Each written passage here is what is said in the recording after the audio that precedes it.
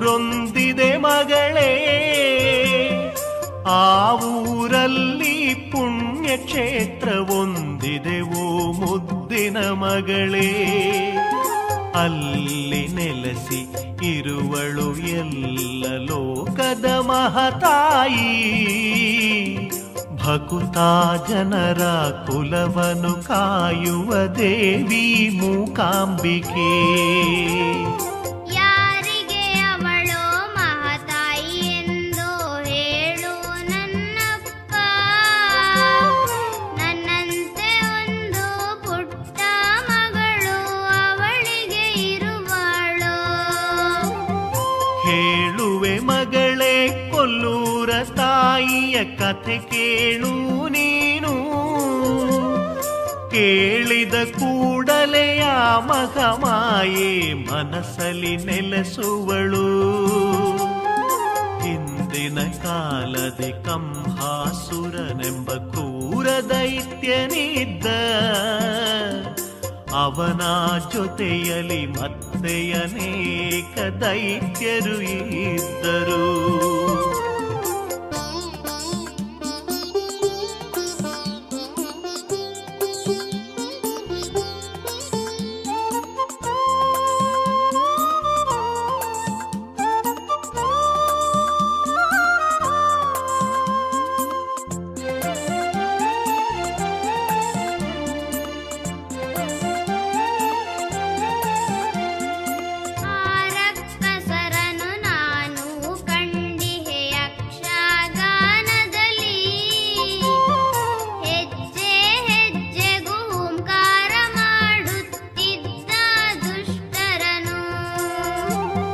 ಹಿಂದಿನ ಕಾಲದಿ ಅವನು ಬದುಕಿ ಇದ್ದನಂತೆ ಮಗಳೇ, ಸಜ್ಜನರಿಗೆ ಕಾಟವ ನೀಡುತ್ತ ಇದ್ದನಂತೆ ಮಗಳೇ. ಅಸುರ ಗುರುಗಳೆಂದುಪದೇಶ ಪಡೆದು ದೇವಿಯ ಒಲಿಸುತ್ತಲೀ, ಬೇಡಿದ ವರವನು ಪುರುಷರಿ ತನಗೆ ಮರಣವು ಬಾರದಂತೆ. ವರವನು ಪಡೆದ ಕಂಹಾಸುರನು ಏನೇನು ಮಾಡಿದನು, ಸಜ್ಜನರಿಗೆ ತೊಂದರೆಯನ್ನು ಅವನು ನೀಡಿದನೇ. ಅಹುದು ಕಂದ ಎಲ್ಲ ಲೋಕವ ಅವನು ಜಯಿಸಿದನು, ದೇವಾದಿ ದೇವತೆಗಳನ್ನು ಅವನು ಮೆಟ್ಟಿ ಮೆರೆದನು. ಕೋಲ ಮುನಿಗಳ ಆಶ್ರಮವನ್ನು ಆಕ್ರಮಿಸಿದನವನು, ಯಾಗಯಜ್ಞ ನಡೆಯಾದಂತೆ ಅವನು ಮಾಡಿದನು.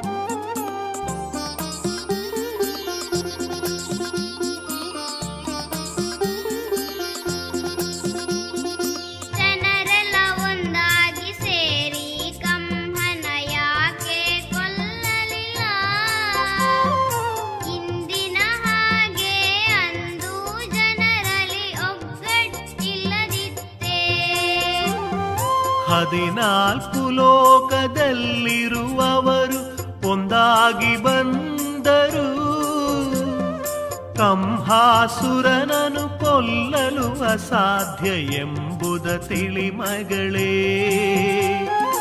ಅಂತಹ ವರವು ಅವನಿಗೆ ಲಭಿಸಿತು, ಅದರಿಂದ ಕೊಬ್ಬಿದನು. ಆದಿಮಾಯೆಯು ನೀಡಿದ ವರವು ಅಷ್ಟೊಂದು ಪ್ರಬಲವು ಕಂದ. ಋಷಿಗಳು ಎಂದರೆ ಯಾರು ಹೇಳು ನನ್ನಪ್ಪ, ಕಂಹನ ಕಾಟ ತಡೆಯಲು ಆಗದೆ ಅವರಲ್ಲಿ ಹೋದರು.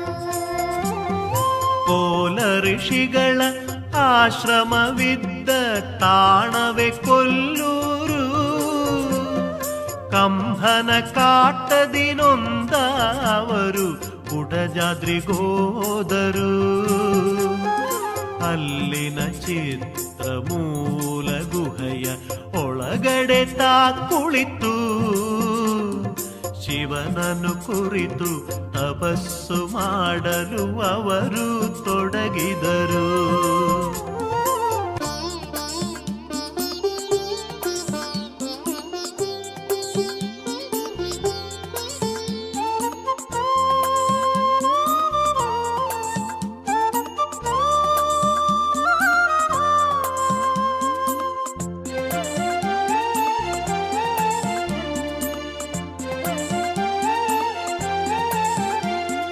ಮತ್ತೇನಾಯಿತು ಕಂಹನ ಕೊಲ್ಲಲು ಯಾರೂ ಇಲ್ಲದಾಯಿತೆ. ಮುಂದೇನಾಯಿತು ಎಂಬುದ ತಿಳಿಯುವ ಆಸೆ ಇದೆಯಪ್ಪ. ಕಂಹನ ಕಾಟವ ತಡೆಯಲಿಕ್ಕಾಗದೆ ಅವನ ಕೊಲ್ಲಲಿಕ್ಕಾಗಿ ಸುರರಲ್ಲ ತ್ರಿಮೂರ್ತಿಗಳ ಬಳಿಗೆ ಮೊರೆ ಹೋದರು ಮಗಳೇ. ಅಸುರನ ಹಾವಳಿಯಿಂದ ನಿಮಗೆ ವಿಮುಕ್ತಿ ಕೊಡುವೆವೆಂದು ತ್ರಿಮೂರ್ತಿಗಳು ಸುರರಿಗೆ ಆಗಲೇ ಕೊಟ್ಟರು ಅಭಯವನು. ತ್ರಿಮೂರ್ತಿಗಳು ಎಂದರೆ ಯಾರೋ ಎಂದು ಹೇಳಪ್ಪ. ಅವರು ಮಾಡುವ ಕೆಲಸ ಏನು ಎಂಬುದ ತಿಳಿಸಪ್ಪ. ಬ್ರಹ್ಮ ವಿಷ್ಣು ಪರಮೇಶ್ವರರೇ ತ್ರಿಮೂರ್ತಿಗಳು ಮಗಳೇ.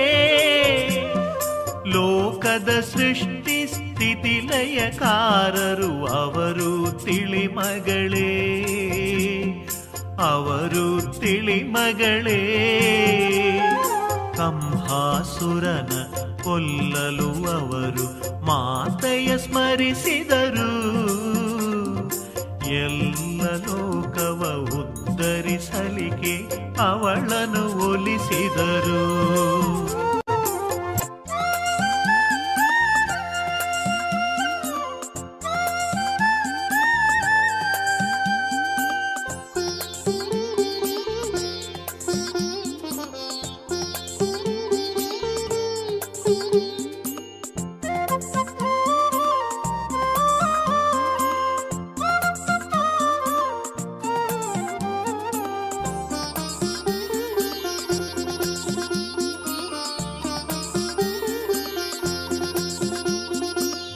ಮಹಾಮಾತೆಯು ಆ ದುಷ್ಟಾಸುರನ ಕೊಂದಳೇನಪ್ಪ.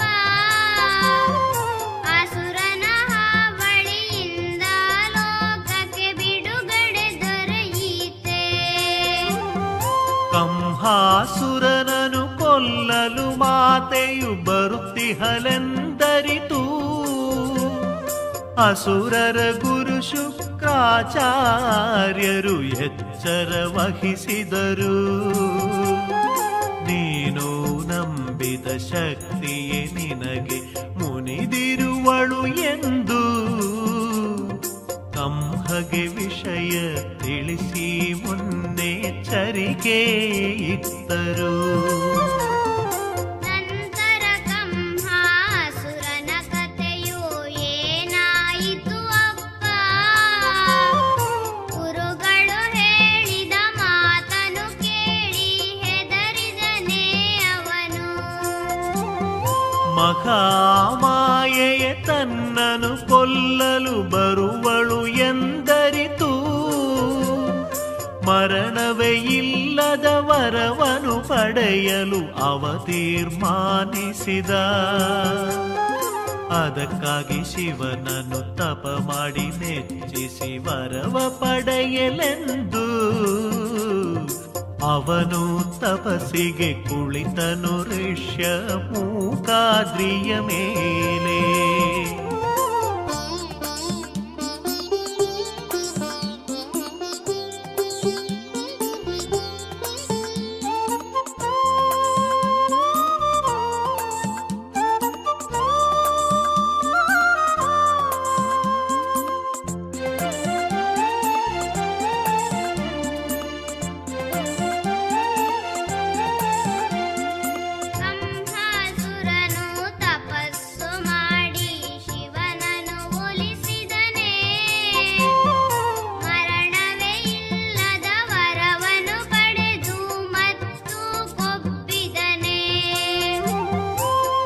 ಕಂಹಾಸುರನು ತಪಸ್ಸಿಗೆ ಹೋದ ಸಮಯವನು ನೋಡಿ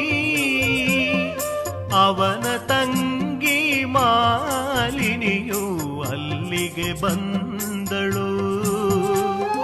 ಕೋಣದ ಮುಖದ ಮಹಿಷಾಸುರನೆಂಬ ತನ್ನ ಪುತ್ರನನ್ನು ಕೋಲಾಪುರದ ಅಧಿಕಾರ ಹಿಡಿಯುವಂತೆ ಮಾಡಿದಳು. ಮಹಿಷಾಸುರನು ಕಂಹಾಸುರನ ತಂಗಿಯ ಮಗನೇನು ಕೋಲಾಪುರದಲ್ಲಿ ಕುಳಿತು ಅವನು ಏನೇನು ಮಾಡಿದನು. ಯುದ್ಧ ಮಾಡಿ ಎಲ್ಲ ಲೋಕಗಳ ಅವನು ಗೆದ್ದುಕೊಂಡು ಸುರಸ್ತ್ರೀಯರನ್ನು ದಾಸಿಯರನ್ನಾಗಿ ಅವನು ಮಾಡಿಕೊಂಡ. ಸತ್ಕರ್ಮಗಳನ್ನು ಕಂಡರೆ ನಿರ್ದಯನಾಗಿ ಹೊಸಕುತಲಿ ಲೋಕ ಕಂಟಕನಾಗಿ ಮೆರೆಯುತ್ತಲಿದ್ದ ಮಹಿಷಾಸುರ.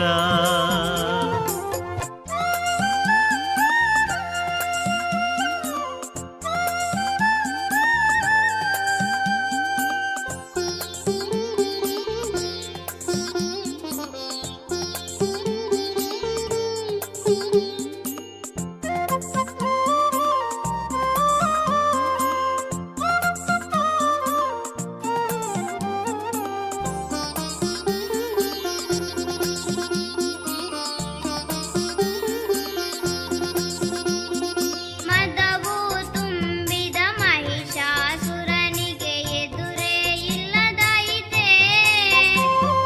ತ್ರಿಮೂರ್ತಿಗಳು ಕೂಡ ಅವನನ್ನು ಕಂಡು ಹೆದರಿದರೆ ಅಪ್ಪ.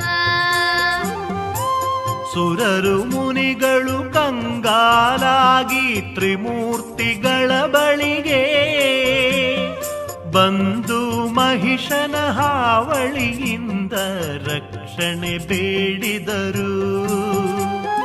ವರಬಲದಿಂದ ಸೊಕ್ಕಿದ ಮಹಿಷನ ಕೊಲ್ಲಲು ಅಸಾಧ್ಯವೆಂದು ತ್ರಿಮೂರ್ತಿಗಳು ಹೇಳಿದರು ಶ್ರೀದೇವಿಯ ಪ್ರಾರ್ಥಿಸಲು. ಆದಿ ಮಾಯೆಯ ಸುರರೆಲ್ಲ ಪ್ರಾರ್ಥನೆ ಮಾಡಿದರೆ ಅಪ್ಪ. ಅವರ ಪ್ರಾರ್ಥನೆ ಕೇಳಿ ಒಲಿದು ಬಂದಳೆ ಜಗನ್ಮಾತೆ. ಆದಿಮಾಯೆಯ ಪ್ರೀತಿಯ ಗಳಿಸಲು ಅವರಿಗೆ ಆಗಲಿಲ್ಲ. ಕೋಲ ಮುನಿಯೇ ಅದಕ್ಕೆ ಯೋಗ್ಯರೆಂದರು ತ್ರಿಮೂರ್ತಿಗಳು. ತ್ರಿಮೂರ್ತಿಗಳ ಆದೇಶದಂತೆ ಇಂದ್ರಾದಿಗಳೆಲ್ಲರೂ ಚಿತ್ರಾಮೂಲದ ತಾಣಕ್ಕೆ ಬಂದರು ಮುನಿಗಳನ್ನೊಲಿಸಲು.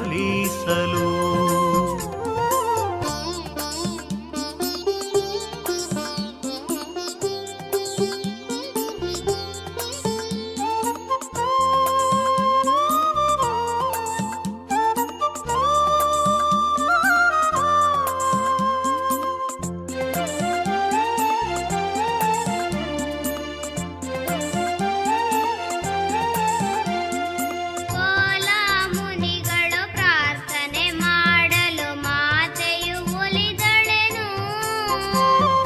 ಮಹಿಷನ ದಮನಕ್ಕೆ ಅವತಾರ ತಾಳಿಯಾಗಲೇ ಬಂದಳೇನು. ಕೋಲ ಮುನಿಗಳು ಪ್ರಾರ್ಥನೆ ಮಾಡಿದ ಆ ಕ್ಷಣದಲ್ಲಿ ಜ್ಯೋತಿ ಸ್ವರೂಪಿಣಿ ಪ್ರತ್ಯಕ್ಷಳಾಗಿ ಅವರೆದುರು ನಿಂತಳು. ಜಗತ್ತಿಗೆ ಒದಗಿದ ದುರ್ಗತಿಯನ್ನು ತಿಳಿದು ಘರ್ಜಿಸಿದಳು.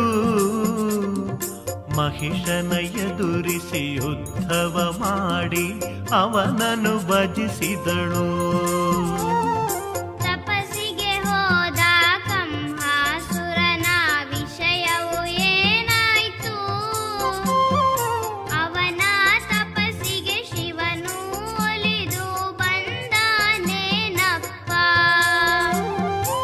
ಮರಣವೇ ಇಲ್ಲದ ವರವನು ಪಡೆದರೆ ತಮ್ಮಯ ಗತಿಯೇನು ಎಂದು ಯೋಚಿಸಿ ಸುರರೆಲ್ಲ ಮಾತೆಯ ಸ್ಮರಿಸಿದರು. ಮತ್ತೊಮ್ಮೆ ದಯ ತೋರಿ ಕಷ್ಟದಿಂದೆಮ್ಮನು ಪಾರು ಮಾಡೆಂದು ವಿಧ ವಿಧವಾಗಿ ಮಾತೆಯ ಸ್ತುತಿಸಿ ಅವಳನ್ನು ಒಲಿಸಿದರು.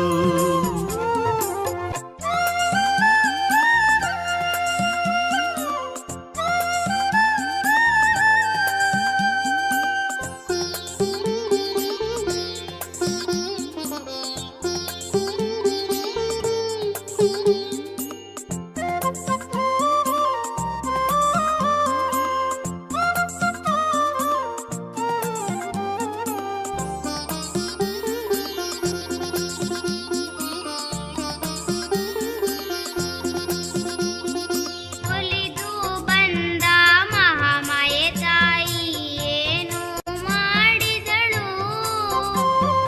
ಕಂಹಾಸುರನ ಜತೆಯಲ್ಲಿ ಅವಳು ಯುದ್ಧವ ಮಾಡಿದಳೆ. ಕಂಹಾಸುರನ ಜಿಹ್ವೆಲಿ ನಿಂತು ಆದಿಮಾಯೆಯು ಅವನ ಜಿಹ್ವೆಗೆ ಜಡತೆ ತಂದಳು ಮಾಯಾರೂಪದಲ್ಲಿ. ಕಂಹನ ತಪಸ್ಸಿಗೆ ಒಲಿದ ಶಿವನು ವರವನು ಬೇಡೆಂದು ಕಾದು ನಿಂತನು ಕಂಹಾಸುರನಿಗೆ ವರವನು ನೀಡಲೆಂದು. ಏನೆಂದು ವರವನು ಬೇಡಿದ ಕಂಹಾಸುರನು ಶಿವನಲ್ಲಿ? ಜಡವಾದ ಅವನ ನಾಲಿಗೆ ಮತ್ತೆ ಸರಿಯಾಯಿತೆ ಅಪ್ಪ. ಆದಿಶಕ್ತಿ ವಾಗೀಶ್ವರಿಯ ಮಹಾಮಾಯೆಯಿಂದ ಮಹಾಪರಾಕ್ರಮಿ ಕಂಹಾಸುರನು ಮೂಕನಾಗಿ ನಿಂತ. ಇದರಿಂದವನಿಗೆ ವರಗಳ ಬೇಡಲು ಅಸಾಧ್ಯವಾಯಿತು. ವರಗಳ ನೀಡಲು ಕಾದು ಕಾದು ಮಾಯಾದ ಶಿವನು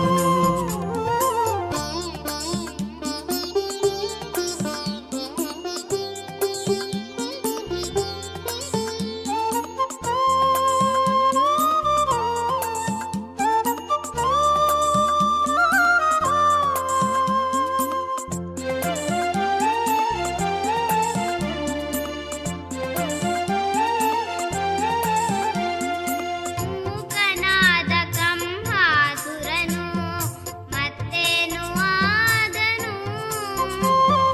ಜಗವನು ಎಲ್ಲ ರೋಷದಿಂದ ಅವನು ಕಾಡಿದನೆ. ಅಂದಿನಿಂದಲೇ ಕಂಹಾಸುರನು ಮೂಕಾಸುರನಾದ. ಸಮಸ್ತ ಲೋಕಗಳಿಗೂ ಅವನು ಕಂಟಕನಾದನು.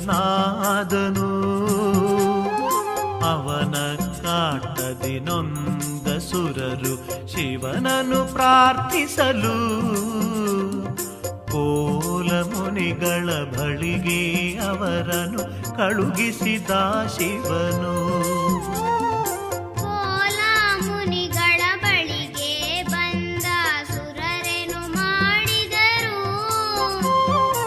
ಆದಿಶಕ್ತಿಯ ಪ್ರಾರ್ಥಿಸಿ ಒಲಿಸಲು ಮತ್ತೊಮ್ಮೆ ಕೋರಿದರೆ ಆದಿಶಕ್ತಿಯ ಕೋಲ ಮಹರ್ಷಿಯು ಮನಸಾರೆ ಪ್ರಾರ್ಥಿಸಲು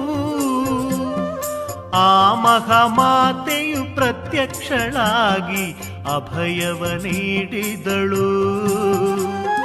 ಯುದ್ಧ ಮಾಡಿ ಅಸುರನ ತಲೆಯನ್ನು ಕಡಿಯುವ ಸಮಯದಲ್ಲಿ ಮರಳಿ ಅವನಿಗೆ ವಾಕ್ಶಕ್ತಿ ನೀಡಿ ಕೊನೆಯಾಸೆ ಕೇಳಿದಳು.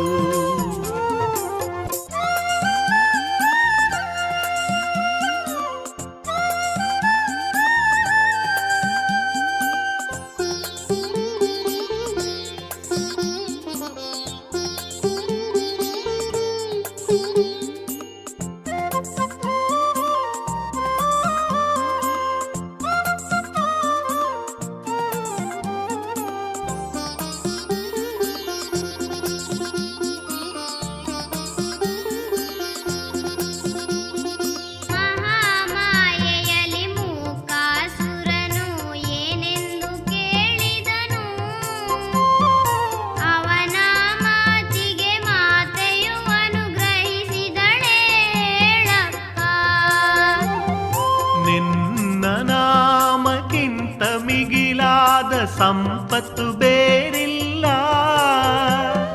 ನಿನ್ನ ನಾಮವೇ ತರುವುದು ಸಕಲ ಸೌಭಾಗ್ಯವನೆಲ್ಲ. ಇಂದಿನಿಂದಲೇ ನನ್ನ ಹೆಸರಿನ ಜೊತೆಯಲ್ಲಿ ಭಕ್ತರು ನಿನ್ನನು ಗುರುತಿಸಲೆಂದನು. ನನ್ನ ಹೆಸರು ಅಮರವಾಗಿರಲೆಂದನು. ಅಸುರನು ಕೇಳಿದ ಮಾತನು ಮಾತೆಯು ನಡೆಸಿದಳೇ ಅಪ್ಪ. ಅಸುರನ ಕೊಂದು ಆ ಜಾಗದಲ್ಲಿ ಮಾತೆಯು ನೆಲೆಸಿದಳೇ. ಅಸುರನ ಕೋರಿಕೆ ನಡೆಸುವೆನೆಂದು ಭರವಸೆ ಇತ್ತಳು. ಮತ್ತೆ ಕೋಲಾ ಮುನಿಯ ಕೋರಿಕೆ ಏನೆಂದು ಕೇಳಿದಳು. ಕೋಲಾ ಮುನಿಗಳ ಕೋರಿಕೆಯಂತೆ ಕೋಲಾಪುರದಲ್ಲಿ ಮೂಕಾಂಬಿಕೆ ಎಂಬ ಹೆಸರಿನಿಂದಲೇ ನೆಲೆಯಾಗಿ ನಿಂತಳು.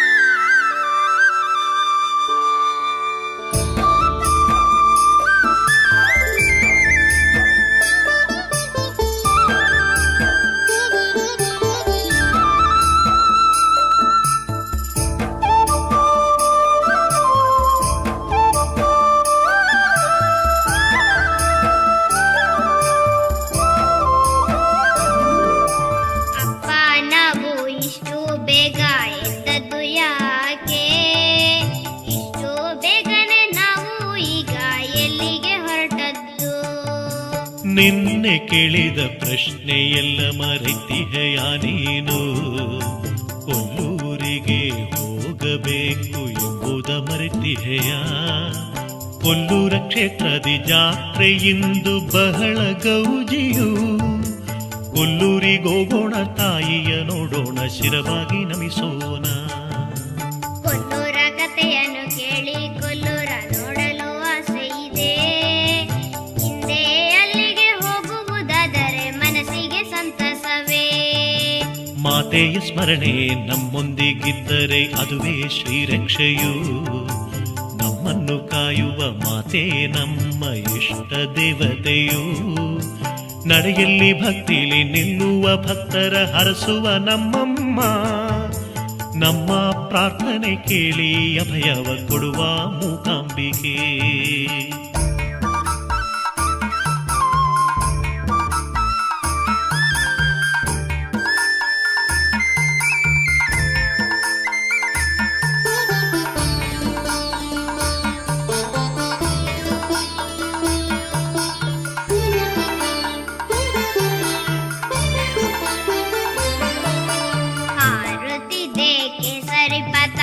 ಎಲ್ಲೆಲ್ಲೂ ನೋಡಿದರು ಕೇಸರಿ ಪತಾಕೆ ಅಲ್ಲಲ್ಲಿ ಯಾಕೆ ಹಾಕಿದ್ದಾರೆ ಅಪ್ಪ. ಕೇಸರಿ ಪತಾಕೆ ಮಧ್ಯದಿ ಇದು ನೋಡು ಓಂಕಾರ ಸ್ವರನಾದ. ಓಂಕಾರ ಸ್ವರದಿ ಮಹಾಮಾಯೆಯ ಜನನವಾಯಿತಂತೆ. ಓಂಕಾರ ಸ್ವರದಿ ಈ ಲೋಕವೆಲ್ಲ ಸೃಷ್ಟಿಯಾಯಿತಂತೆ. ಓಂಕಾರ ಸ್ವರದಿ ಸತ್ಯ ಧರ್ಮ ನೆಲೆಸಿರುವುದಂತೆ. ಓಂಕಾರ ಸ್ವರಕ್ಕೆ ಅಷ್ಟೊಂದು ಬಲವು ಇದೆಯೇ ಹೇಳಪ್ಪ. ಹಾಗಾದ್ರೆ ನಾನು ನಿತ್ಯವೂ ಅದನ್ನು ಜಪಿಸಲೇನಪ್ಪ. ಓಂಕಾರ ಸ್ವರವನ್ನು ನಿತ್ಯವೂ ಜಪಿಸಲು ಎಂದೆಂದು ಆನಂದವೇ. ನಮ್ಮ ಮನಸ್ಸಿನ ಒಳಗೆ ಶಾಂತಿ ನೆಮ್ಮದಿ ನೆಲೆಸುವುದು. ಸಮಸ್ತ ಲೋಕಕ್ಕೆ ಮೂಲಾಧಾರ ಓಂಕಾರಾಗಿಹುದು. ಓಂಕಾರದಲ್ಲಿಹುದು ಸರಿಮ ಪನಿಸ ಸುಮಧುರ ಸ್ವರ.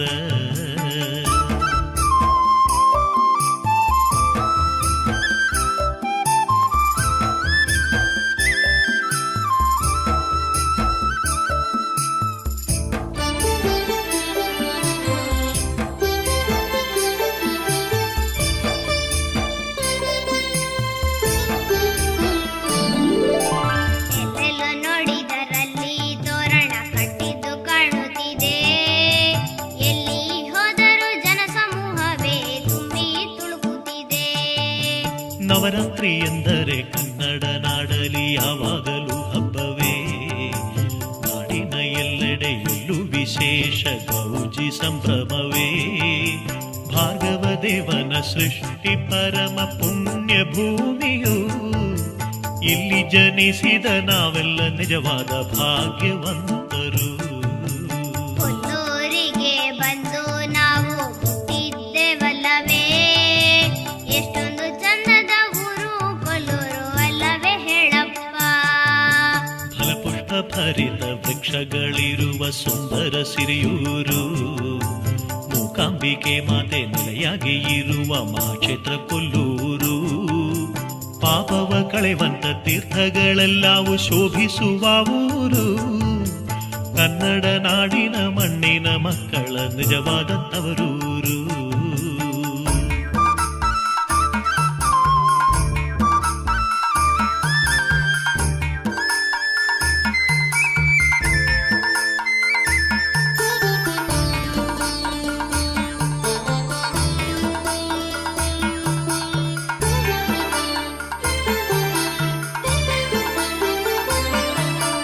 ಅಪ್ಪ, ಈ ಕ್ಷೇತ್ರಕ್ಕೆ ಬೇರೆ ಹೆಸರು ಇದೆಯೇನು? ಇದ್ದರೆ ಅದನ್ನು ನನಗೆ ನೀನು ಈಗಲೇ ಹೇಳಬೇಕು. ಕೃತಯುಗದಲ್ಲಿ ಇದರ ಹೆಸರು ಮಹಾರಣ್ಯಪುರವೆಂದು, ನಂತರ ಇದರ ಹೆಸರು ಕೋಲಾಪುರ ಎಂದಾಯಿತು. ಕೋಲಾಪುರವೇ ಕಲಿಯುಗದಿ ಕೊಲ್ಲೂರೆಂದಾಯಿತು. ನಂಬಿದ ಭಕ್ತರಿಗೆ ಇಂಬನ್ನು ಕೊಡುವ ಕ್ಷೇತ್ರವಾಯಿತು. ಕಣ್ಮನವನ್ನು ತಣಿಸುವ ಈ ನದಿಯ ಹೆಸರೇನು? ಇದರಲ್ಲಿ ಮಿಂದರೆ ಪಾಪವು ಎಲ್ಲ ಕಳೆಯುವುದೇನಪ್ಪ. ಈ ಪುಣ್ಯ ನದಿಯ ಹೆಸರು ಮಗಳೇ ಸೌಪರ್ಣಿಕಾವೆಂದು. ಮಿಂದ ಭಕ್ತರ ಪಾಪಗಳನ್ನು ತೊಳೆವ ಜಲವು. 64 ಪುಣ್ಯ ತೀರ್ಥಗಳ ಸಂಗಮವಿದು. 48 ದಿನವಿಲ್ಲಿ ಮಿಂದರೆ ನಮ್ಮಿಷ್ಟ ದೊರೆಯುವುದು.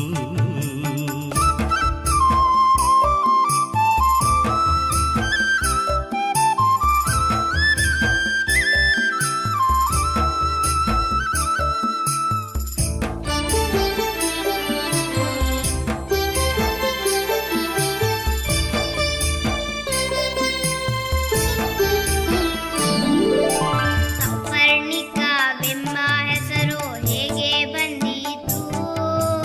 ಅದಕ್ಕೆ ಕಥೆಯೇನಾದರಿದೆಯೋ ಹೇಳು ನನ್ನಪ್ಪ.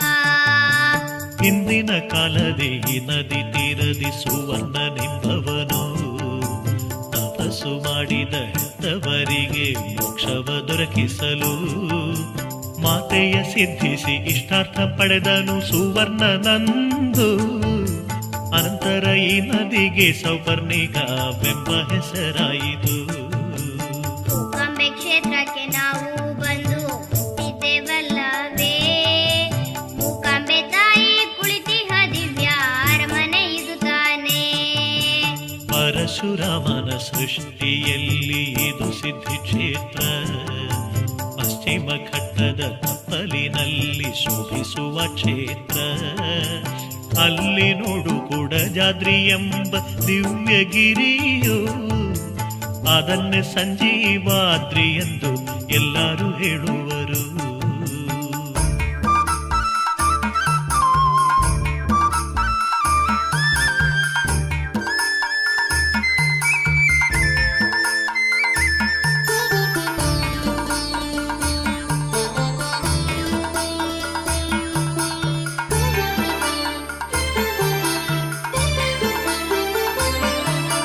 ಸಂಜೀವಾದ್ರಿ ಎಂದರೆ ಏನು ಹೇಳಬೇಕಪ್ಪ?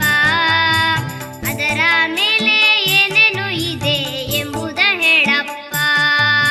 ಶ್ರೀರಾಮ ರಾವಣ ಸಮರದಲ್ಲಿ ಲಕ್ಷ್ಮಣಗೆ ಸ್ಮೃತಿ ತಪ್ಪಲು ಲಕ್ಷ್ಮಣನ ಜೀವ ಉಳಿಸಾಲೆಂದು ಹನುಮಂತನಂದು ಸಂಜೀವನ ಪರ್ವತವ ಕೈಲಾಸದಿಂದ ಹೊತ್ತು ತಂದನು. ಅವನು ಈ ದಾರಿಯಾಗಿ ಲಂಕೆಗೆ ಹೋದನು. ರಾವಣನನ್ನು ಎದುರಿಸಿ ಲಕ್ಷ್ಮಣ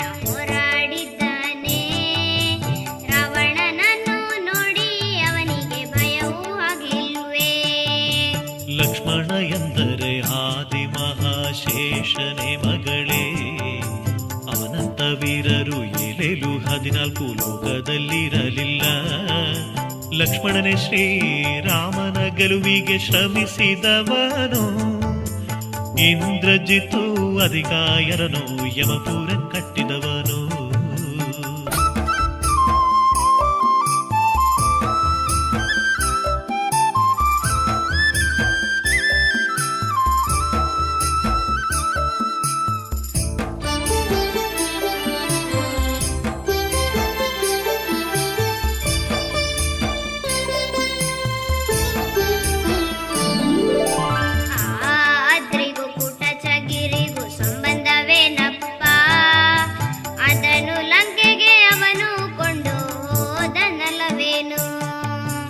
ಹನುಮದನು ಲಂಕೆಗೆ ಕೊಂಡು ಹೋಗುತ್ತಿರಲು ಗಿರಿಯ ಒಂದು ಬದಿಯು ಮುರಿದು ಇಲ್ಲಿ ಬಿದ್ದಿತಂತೆ. ಸಂಜೀವಾದ್ರಿ ಕೂಡ ಜಾದ್ರಿ ಎಂಬ ಹೆಸರಿನಲ್ಲಿ ಅದುವೇ ಪ್ರಸಿದ್ಧವಾಯಿತಂತೆ ನನ್ನ ಮುದ್ದು ಮಗಳೇ. ಜೀವನ ಮೂಲಿಕೆ ಎಂದರೆ ಏನು ಹೇಳಪ್ಪ, ಅದನ್ನು ಯಾಕೆ ಬಳಸುವರೆಂದು ನನಗೆ ತಿಳಿಸಪ್ಪ. ಸತ್ತವರನ್ನು ಬದುಕಿಸಲು ಅದ ಉಪಯೋಗಿಸುವರಂತೆ. ಅದನ್ನು ಕಂಡವರಿ ಕಲಿಯುಗದಲ್ಲಿ ಯಾರೂ ಇಲ್ಲವಂತೆ. ಸತ್ಯ ಧರ್ಮಾದಿ ನಡೆಯುವವರಿಗೆ ಕಾಣಲುಬಹುದು, ಅಂತವರಿಗೆ ಯಾರೂ ಇಲ್ಲೆಂದು ದೃಢವಾಗಿ ಹೇಳಬಹುದು.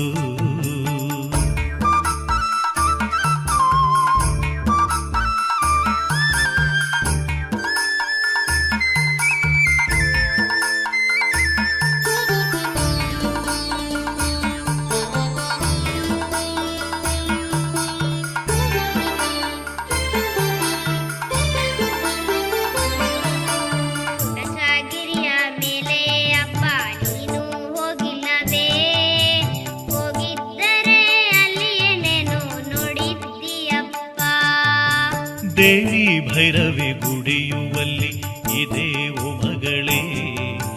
ಗಣಪತಿ ದೇವರ ಗುಡಿ ಎಂಬುದೊಂದಿದೆ ನಿನ್ನ ಮುದ್ದು ಮಗಳೇ.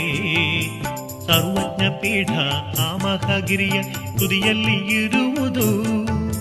ಸಕಲ ಸಿದ್ಧಿಯ ನೀಡುವ ಚಿತ್ರ ಮೂಲವು ಅಲ್ಲಿಹುದು. ದೇವಸ್ಥಾನದ ಒಳಗೆ ನಾವು ಹೋಗೋಣ್ವೆ ಅಪ್ಪ, ಆ ಸಾಲಿನಲ್ಲಿ ನಾವು ಹೋಗಿ ನಿಲ್ಲೋಣವೇ ಅಪ್ಪ. ಬಾ ಮಗಳೇ ನಾವು ಹೋಗೋಣ ದೇವರ ದರ್ಶನಕ್ಕೆ.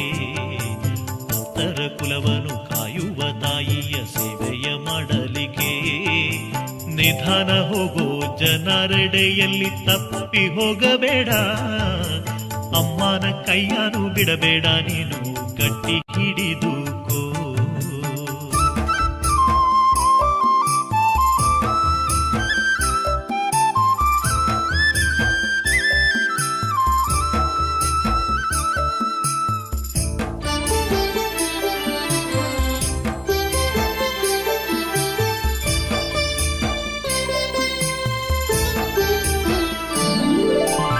ಗರ್ಭಗುಡಿಯ ಒಳಗೆ ಲಿಂಗ ಒಂದು ಕಾಣುತ್ತಿದೆ.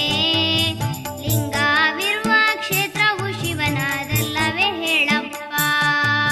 ಶಿವಭಕ್ತ ಕೋಲ ಮಹರ್ಷಿ ಪೂಜಿಸಿದ ಜ್ಯೋತಿರ್ಲಿಂಗವಿದು. ಅದರ ಮಧ್ಯ ಭಾಗದಲ್ಲಿ ಸುವರ್ಣ ರೇಖೆಯುಂಟು. ಜ್ಯೋತಿರ್ಲಿಂಗದಿ ಮೂಕಾಂಬಿಕೆಯು ಐಕ್ಯವಾಗಿ ಹೇಳು. ದೇವಾದಿ ದೇವರ ತ್ರಿಮೂರ್ತಿಗಳ ಅಂಶವೂ ಇಲ್ಲುಂಟು. ಜ್ಯೋತಿರ್ಲಿಂಗದ ಹಿಂದೆ ಇರುವ ಮೂರ್ತಿ ಏನಪ್ಪ, ಅದನ್ನು ಅಲ್ಲಿ ಹಿಂದೆ ಯಾಕೆ ಇಟ್ಟಿದ್ದಾರೆ ಅಪ್ಪ. ಜಗದ್ಗುರು ಶಂಕರ ಆಚಾರ್ಯರು ಇಲ್ಲಿಗೆ ಬಂದಾಗ ಹನ್ನೊಂದು ಮೂರ್ತಿಯ ಸ್ಥಾಪಿಸಲು ಮಾತೆ ಹೇಳಿದ್ಲಂತೆ. ಮಾತೆಯ ಮಾತನ್ನು ಅನುಸರಿಸಿ ಶಂಕರ ಆಚಾರ್ಯರು ಪಂಚಲೋಹದ ಮೂರ್ತಿ ಮಾಡಿ ಪ್ರತಿಷ್ಠೆ ಮಾಡಿದರು.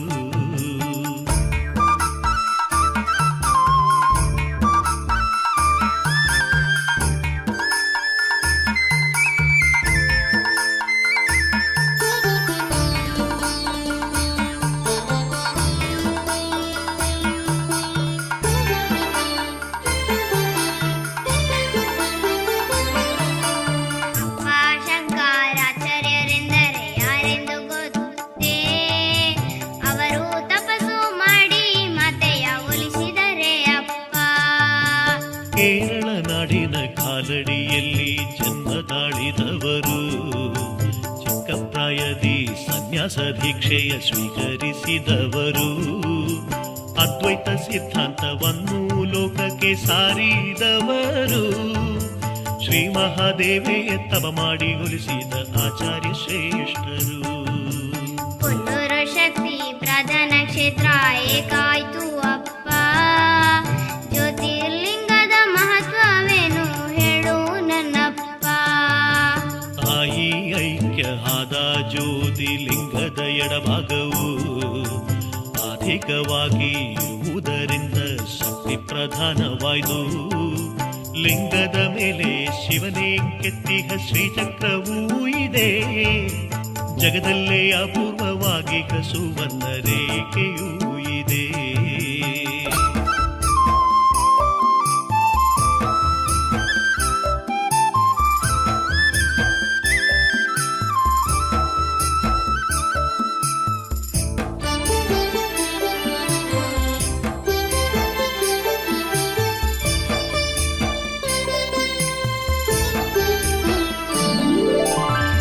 ಅಂಬಿಕೆ ಮಾತೆಗೆ ಯಾವ ಪೂಜೆ ಇಷ್ಟಪ್ಪ.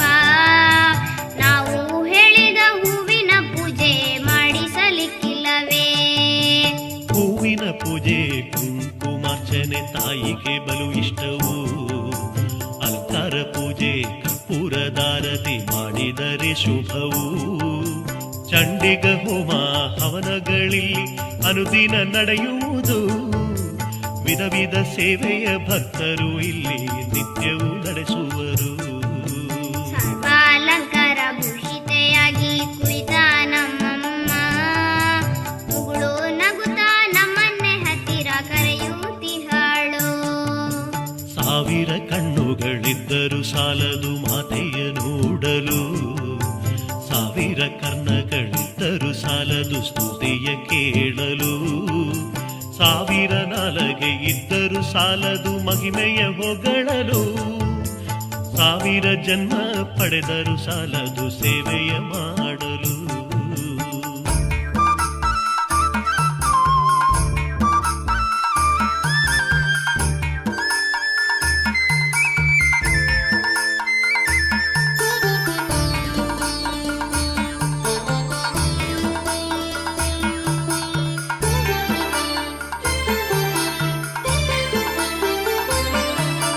ತಾಯಿಯ ಮಹಾಪೂಜೆಯ ಕಣ್ತುಂಬ ನಾವು ನೋಡಿದೆವು. ಮಂಗಳಾರತಿ ಪಡೆದು ನಾವು ಮಾತೆಗೆ ವಂದಿಸೋಣ. ವಿದ್ಯೆ ಬುದ್ಧಿ ಕೊಡು ಎಂದು ಮಾತೆಯ ಸುಂದರ ನಡೆಯಲ್ಲಿ ಕರಗಳ ಚಾಚಿ ಬೇಡು ಭಕ್ತಿ ತುಂಬಿದ ಮನಸ್ಸಲ್ಲಿ. ಏಳೇಳು ಜನ್ಮದಿ ಕೊಲ್ಲೂರ ಕ್ಷೇತ್ರಕ್ಕೆ ಬರುವ ಭಾಗ್ಯವನು ಒದಗಿಸು ನಮಗೆಂದು ತಾಯಿಯ ಚರಣದಿ ಮಗಳೇ ನೀ ಬೇಡು. ಅಪ್ಪನು ಹೇಳಿದ ಹಾಗೆಯೇ ನಾನು ಬೇಡಿಕೊಂಡೆನು. ಎಂದೆಂದು ನಮ್ಮನ್ನು ಕೈ ಹಿಡಿದು ಕಾಯೆಂದು ಪ್ರಾರ್ಥಿಸಿದೆನು.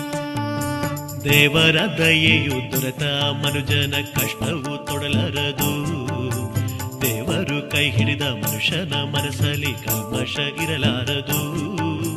ನಾವು ಮಾಡುವ ಒಳ್ಳೆಯ ಕಾರ್ಯವೇ ನಮ್ಮನ್ನು ಕಾಯುವುದು. ಮನಸ್ಸಿನ ಒಳಗಿನ ಕಣ್ಣಿಗೆ ಸರಿಯಾದ ದಾರಿಯ ತೋರುವುದು.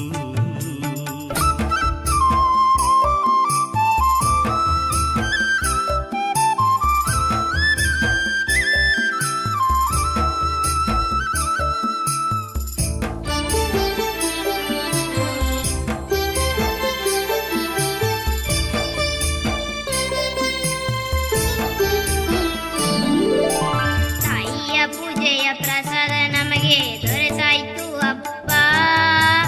ಇನ್ನು ನಾವು ಊಟ ಮಾಡಲು ಹೋಗೋಣವೇ ಅಪ್ಪ. ತನ್ನನ್ನು ನೋಡಲು ಬರುವ ಭಕ್ತರು ಊಟವನ್ನು ಮಾಡಿ ಸಂತಸ ಪಡುವುದ ಕಾಣುವುದೇ ನಮ್ಮ ತಾಯಿಯ ಆಸೆ. ಅನ್ನವೇ ಇಲ್ಲಿಯ ಮಹಾಪ್ರಸಾದ ಎಂಬುದ ತಿಳಿಮಗಳೇ. ಇದರಿಂದಲೇ ತಾಯಿ ಮೂಕಾಂಬಿಕೆ ಅನ್ನಪೂರ್ಣೇಶ್ವರಿ. ಎಷ್ಟೊಂದು ರುಚಿ ಇಲ್ಲಿನ ಊಟ, ಎಷ್ಟೊಂದು ಪರಿಮಳ. ಇಂತಹ ಊಟ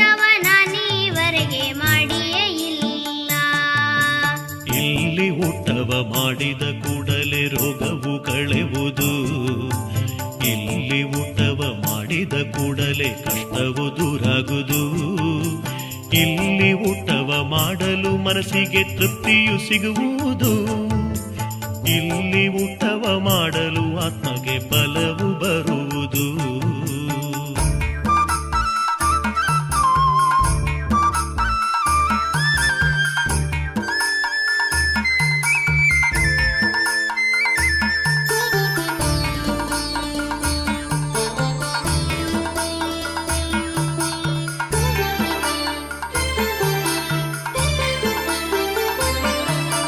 ಅಪ್ಪ ಸಂತೆಗೆ ಹೋಗೋಣ ನಾವು, ಉಂಗುರವು ಬೇಕು. ನನಗೂ ಅಮ್ಮಗೂ ಬಳೆಗಳನ್ನು ತೆಗೆದು ಕೊಡಬೇಕು. ಬಾ ಮಗಳೇ, ನಿನಗೆ ಬೇಕಾದುದನ್ನೆಲ್ಲ ತೆಗೆದುಕೋ. ಮೂಕಾಂಬಿಕೆ ದೇವಿ ಕಥೆಯ ಪುಸ್ತಕ ನೀನು ತೆಗೆದುಕೋ. ಭಕ್ತಿಗೀತೆ ಧ್ವನಿ ಮುದ್ರಿಕೆ ತೆಗೆದುಕೋ ಮಗಳೇ. ಇನ್ನು ತಡ ಮಾಡದೆ ನಾವು ಊರಿಗೆ ಹೋಗೋಣ. ಮಾತೆಯ ಸನ್ನಿಧಿಯಲ್ಲಿ ನಿಂತು ನಾನು ಪ್ರಾರ್ಥಿಸುವೆ. ಮುಂದಿನ ನವರಾತ್ರಿಗಿಲ್ಲಿ ಬರುವ ಭಾಗ್ಯವ ನೀಡಲು. ಕನ್ನಡ ನಾಡಿನ ಮಕ್ಕಳ ತವರು ಕೊಲ್ಲೂರು ಓ ಕಂದ. ಕನ್ನಡ ನಾಡಿನ ಜನರ ಕುಲದೇವಿ ಮೂಕಾಂಬಿಕೆ ತಾಯಿ. ನಾವಲ್ಲಿ ಇದ್ದರೂ ನಮ್ಮ ಬಿಡದೆ ಕಾಯುವ ಮಾತೆಯು. ಮಮತೆಯಿಂದಲೇ ನಮ್ಮನ್ನು ನಿತ್ಯವೂ ಹರಸಿ ತೊರೆಯುವಳು.